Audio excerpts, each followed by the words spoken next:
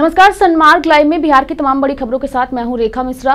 बिहार में महागठबंधन में बवाल जारी है। आरजेडी ने वीआईपी और हम पार्टी को अपना राजनीतिक हैसियत ना भूलने की सलाह दी है। वहीं कांग्रेस ने आरजेडी के सिंबल देने की बात पर चुप्पी साध ली है। ये पहले से ही कहा जा रहा था कि बिहार में जो उपचुनाव होने हैं ये 2020 का ट्रेलर होगा। आरजेडी ने महागठबंधन में अपने सारे घटक दलों को उनकी औकात बता दी। आरजेडी ने दो विधानसभा सीट पर बिना अपने महागठबंधन के नेताओं से राय मशवरा किए 2 जगह अपना सिंबल दे दिया। महागठबंधन के घटक दलों में खलबली मच गई। मुकेश सहनी अलग प्रेस कॉन्फ्रेंस किए, मांझी अलग प्रेस कॉन्फ्रेंस किए, सब लोगों ने रिवोल्ट कर दिया। कांग्रेस से भी जब यह सवाल किया गया तो कांग्रेस भी बचती हुई दिखी। मैं आपको उनका बाइट सुनाऊंगा कि कांग्रेस ने क्या कुछ कहा। लेकिन जिस तरह से आरजेडी ने स्टेप लिया है और आरजेडी के नेता का जो कहना है कि यहाँ पर बिहार में कैसे सीट पर अपनी जीत दर्ज कराई जाए, ये मायने रखता है, ना ही कि महागठबंधन में नेताओं को कितना सीट दिया जाए, क्या किया जाए, ये मायने रखता है।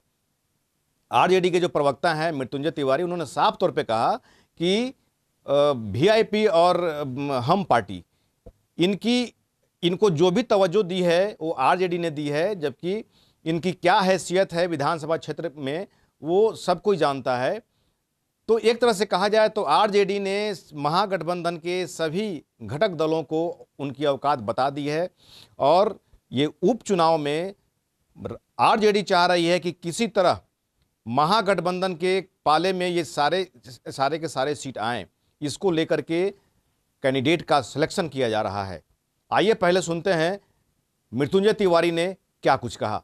देखिए, महागठबंधन बना था विचारों के आधार पर, और जो लोग महागठबंधन में शामिल हुए थे नए नए दल, उनको अच्छी तरह से पता था ये आरजेडी की उदारता और महानता थी कि हमने लोकसभा में सभी दलों का सम्मान किया।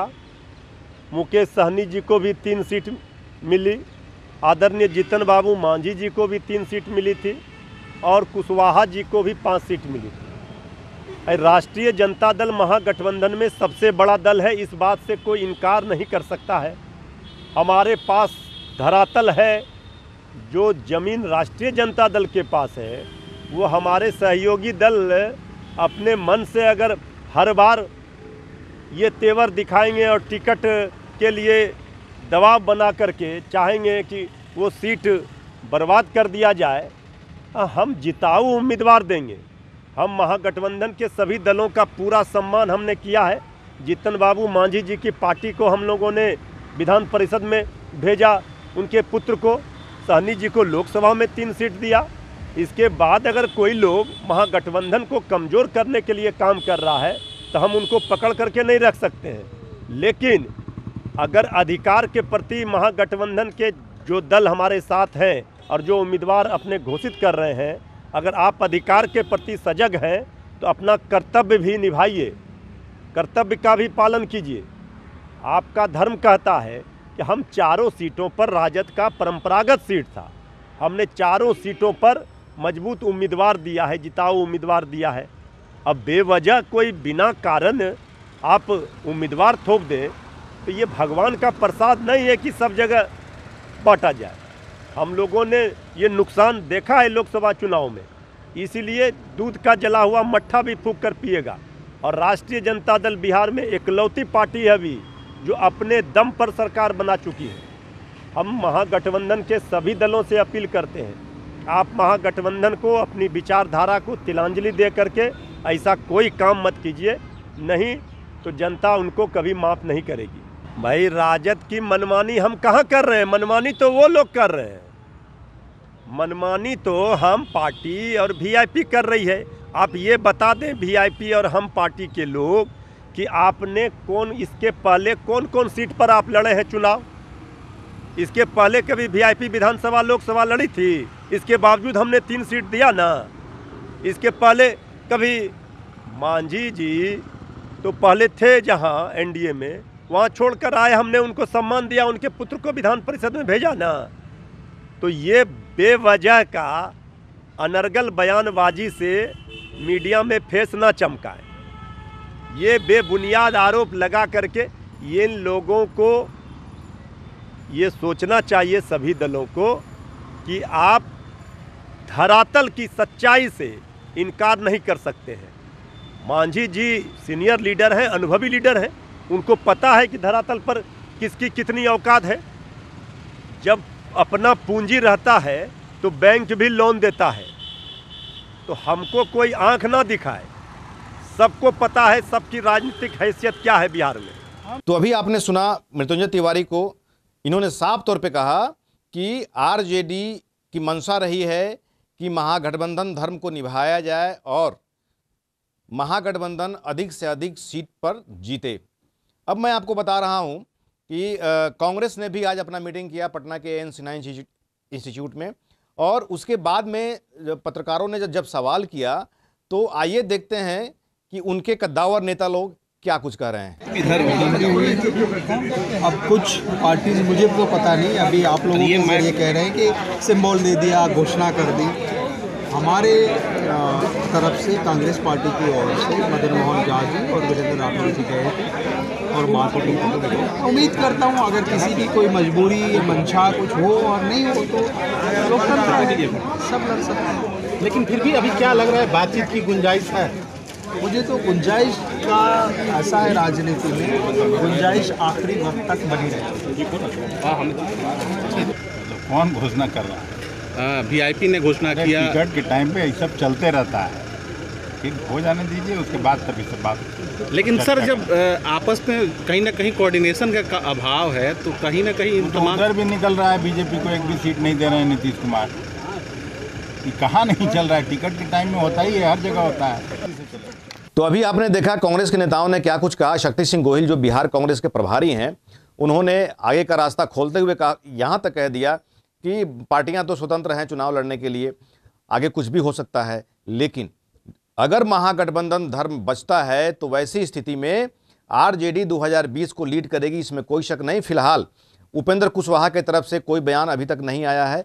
पता चला है कि उपेंद्र कुशवाहा अभी आराम कर रहे हैं, उनकी तबीयत ठीक नहीं है। तेजस्वी यादव दिल्ली के लिए निकल गए हैं।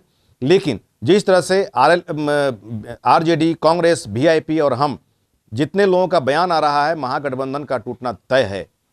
अब तो ये आने वाला वक्त बताएगा कि चुनावी मैदान में कौन कौन पार्टियां उतरती हैं। लेकिन आरजेडी ने सभी पार्टियों, महागठबंधन में सभी को अपनी औकात बता दी है। सहयोगी बंटी और धीरज के साथ मनोज नारायण सिंह, सनमार्ग लाइव, पटना। राजधानी पटना में मेट्रो का सपना जल्द ही पूरा होगा। इस संबंध में पटना और दिल्ली मेट्रो कॉरपोरेशन के बीच करार हुआ है। बिहार के लिए बहुप्रतीक्षित योजना मेट्रो रेल का मार्ग प्रशस्त हो गया है। आज पटना स्थित पुराना सचिवालय में आज एक मीटिंग हुई, उसके सभागार में एक मीटिंग हुई और गवाह बने बिहार के मुख्यमंत्री नीतीश कुमार।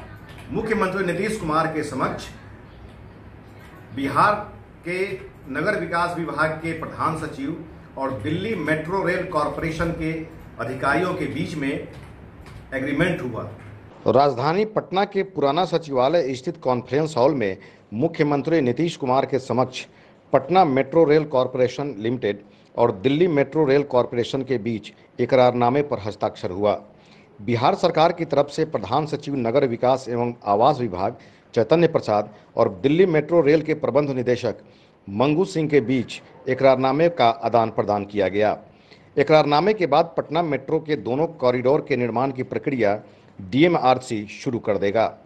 इस परियोजना में कुल 31.39 किलोमीटर के तहत पूर्वी पश्चिम कॉरिडोर 16.94 किलोमीटर और उत्तरी दक्षिणी कॉरिडोर 14.45 किलोमीटर है। पूर्वी पश्चिमी कॉरिडोर में 3 एलिवेटेड स्टेशन, 8 अंडरग्राउंड स्टेशन और एक 8 ग्रेड स्टेशन शामिल है तथा उत्तरी दक्षिणी कॉरिडोर में 9 एलिवेटेड स्टेशन और 3 अंडरग्राउंड स्टेशन शामिल है। परियोजना का कार्य भिन्न भिन्न चरणों में किया जाएगा, जिसके अंतिम चरण का कार्य सितंबर 2024 में पूर्ण हो जाएगा। दिल्ली मेट्रो रेल कॉरपोरेशन द्वारा पटना में परियोजना निदेशक के नेतृत्व में एक पूर्ण परियोजना कार्यालय की स्थापना की जाएगी ताकि कार्य तय समय सीमा में एवं सुनिश्चित ढंग से पूर्ण हो सके। इस परियोजना के द्वारा पटना वासियों और आगंतुकों को द्रुत, सुरक्षित एवं आरामदायक यातायात की सुविधा प्राप्त हो सकेगी। यह पर्यावरण पोषक परियोजना होगी जिसमें मेट्रो स्टेशन एवं डिपो को हरित भवन के रूप में योजनाबद्ध कर सौर पैनल से पूरी तरह आच्छादित किया जाएगा। इस अवसर पर उप मुख्यमंत्री सुशील कुमार मोदी, नगर विकास और आवास मंत्री सुरेश शर्मा, मुख्य सचिव दीपक कुमार, मुख्यमंत्री के प्रधान सचिव चंचल कुमार, मुख्यमंत्री के सचिव मनीष कुमार वर्मा सहित अन्य अधिकारी भी मौजूद रहे।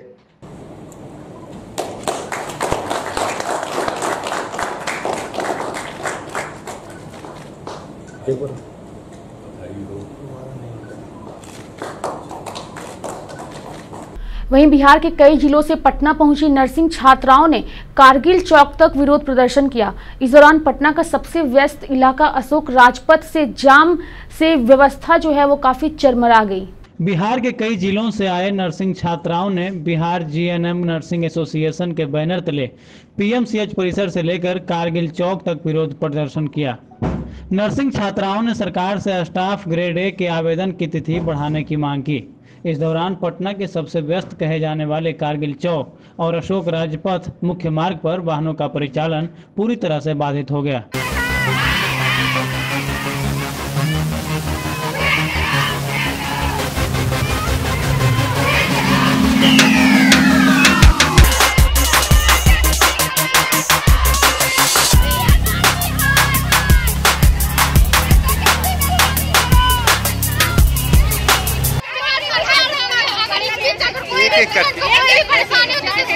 उसका जिम्मेवार बिहार सरकार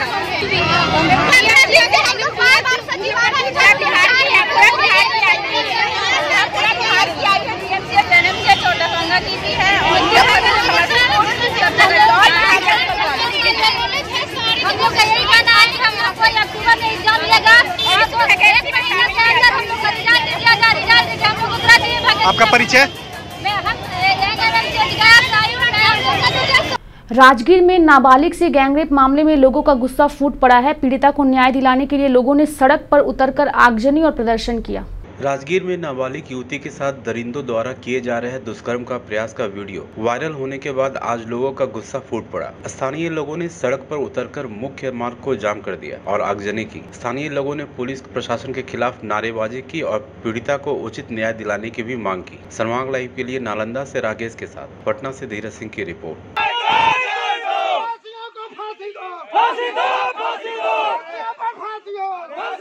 कड़ा से कड़ा सजा होना चाहिए, मृत्यु दंड मिले तो वो भी उचित है। उसके लिए वो भी कम है। जिस तरह का वीडियो वायरल हो गया, हम लोग का देख के रूह कांप गया है। हम लोग को चैन नहीं मिल रहा है 4 दिन से। उन लोग के प्रति जो खिलाफ में इन लोग 4-5-10 आदमी इकट्ठा होकर कह रहे हैं कि इनको रिलीज कर दो, वो भी दोषी है।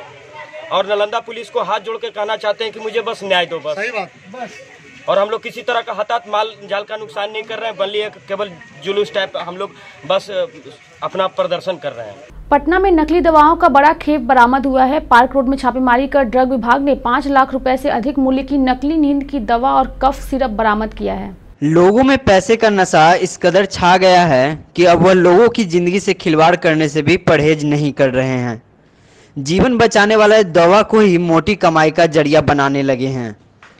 लाइफ सेविंग कहे जाने वाले दवाओं को भी अब नकली स्वरूप देकर बाजार में अपना काला कारोबार बढ़ाने की फिराक में लोग लगे हुए हैं। ताजा मामला पटना कदमकुआं थाना क्षेत्र के पार्क रोड स्थित MM नाम के ट्रांसपोर्ट कंपनी का है, जहां से लाखों की नकली दवा बरामद की गई। नारकोटिक्स डिपार्टमेंट की गुप्त सूचना के आधार पर ड्रग्स विभाग द्वारा छापेमारी के दौरान भारी मात्रा में कफ सिरप और नींद की नकली दवाइयां बरामद की गई। देखिए, नारकोटिक कंट्रोल ब्यूरो के पदाधिकारियों को ऐसी सूचना मिली थी कि गया से पटना के लिए कोडीन कंटेनिंग मेडिसिन और वैसी मेडिसिन जो सेडेटिव में यूज हो सकती है और जिनका नशे में यूज हो सकता है, उसका ट्रांसपोर्टेशन किया जा रहा है गया से पटना के लिए। इसी क्रम में नारकोटिक कंट्रोल ब्यूरो के ऑफिसर के द्वारा संस्थान में यहाँ जो ट्रांसपोर्ट है इसमें आकर पूछताछ किया गया।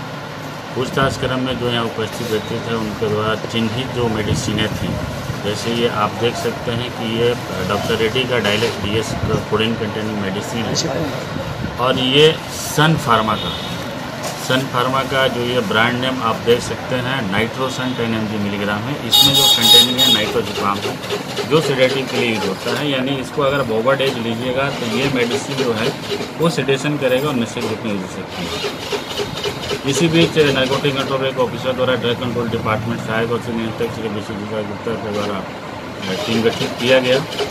जो जांच टीम गठित किया गया वो जांच में यहाँ पाया गया कि ये जो आप बहुत अच्छे ढंग से देख सकते हैं कि ये दवा का मैन्युफैक्चर्ड बाई की जगह लिखता है मैन्युफैक्ट, ये आप देख सकते हैं, जो कि सरासर गलत है और इस तरह से मेडिसिन को हम कह सकते हैं पूरी तरह से स्पूरियस मेडिसिन है। दूसरी चीज़, जब हम लोग इस मेडिसिन का नाइट्रोसन जो 10 mg ग्राम है, इस मेडिसिन को जब हम लोग स्ट्रिप से निकाले तो स्ट्रिप से निकालने के बाद आप देख सकते हैं कि इसका जो कलर है वो मैच नहीं करता है और ओरिजिनल जैसे ये नहीं लगता है। इसके बाद हम लोग इस प्रोडक्ट को मार्केट से भी मंगाए हैं और मार्केट से भी मंगाने के बाद पता चला कि इस तरह का टैबलेट मैच नहीं करता है मार्केट से। दूसरी चीज़, इस टैबलेट में आप सन फार्मा में ये देखिएगा कि यहाँ जो नीचे स्ट्रिप्स है इसमें मैन्युफैक्चर्ड बाय लिखता है देवास MP, ठीक है, लेकिन जो इसका पैक है, पैक पे यहाँ पे लिखेगा मैन्युफैक्चर्ड बाय, ये लिखता है देवास MP। इससे ये पूरी तरह से साबित होता है कि ये दवा स्पूरियस है और नकली बनाने का कारोबार यहाँ पे कहीं ना कहीं से हो रहा था इसका। सर टोटल कितने की दवा होगी? अनुमानतः मूल्य हम लोग लगता है कि 5 लाख रुपए के आसपास है। किसी की गिरफ्तारी भी हुई है क्या? अभी तक तो गिरफ्तारी नहीं है, सारी दवा को सीज किया गया है और इसमें FIR किया जाएगा। ट्रांसपोर्टर की बिल्कुल मिली भगत से ऐसा काम किया जा रहा है।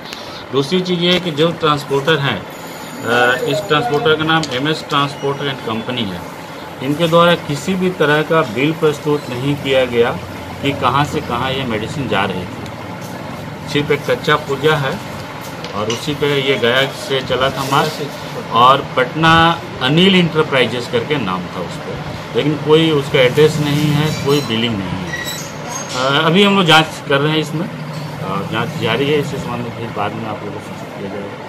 जी, तो अभी के लिए बिहार बुलेटिन में फिलहाल इतना ही। खबरों में बने रहने के लिए सनमार्ग लाइव को सब्सक्राइब करें और बेल बटन दबाना ना भूलें। नमस्कार।